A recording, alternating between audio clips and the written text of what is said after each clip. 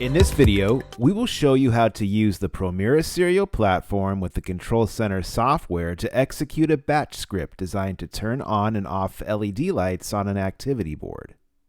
The Promira Serial Platform is the latest development in Total Phase's I2C and SPI tools. It can act as an SPI master and slave at up to 80 and 20 MHz respectively, and an I2C master and slave at up to 3.4 MHz. The application-based platform can expand its capability through application downloads. The Promira platform has quickly become one of the most popular Total Phase development tools. To get started, we will launch the Control Center Serial software. This GUI software is free to use and compatible with Mac, Windows, and Linux operating systems. First, we will connect the Promira platform into our computer using a micro USB cable.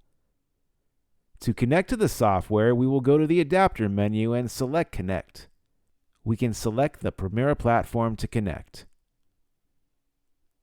For this demo, we will be using the batch mode to quickly execute an XML-based script.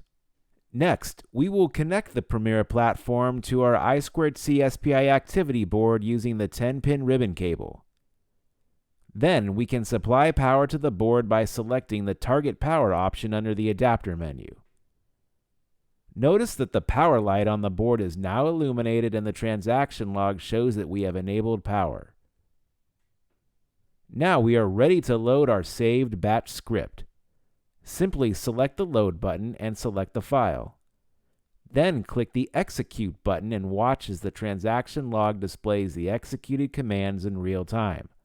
We can also see the LEDs turn on and off on the activity board. As you can see, interfacing with your I2C or SPI applications is simple with the Promira Serial Platform and Control Center Serial software. For more information on these tools or any other Total Phase solutions, please visit us online at www.totalphase.com.